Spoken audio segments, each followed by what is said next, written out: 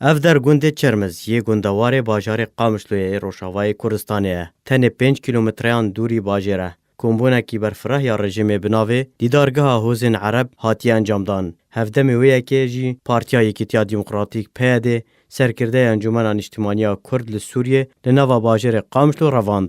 اف دو روز بون کمبونه که عالیه رژیم اسد و هفدم کمبونه حوزن دوره لعین عیسا که عالیه انجمن سوریه دیمقراطیک یا کو پیاده بشی سرکه جی هات انجامدان. آلا رژیم اوینین سروکه و بشار الاسد جی هات نبلند کرن.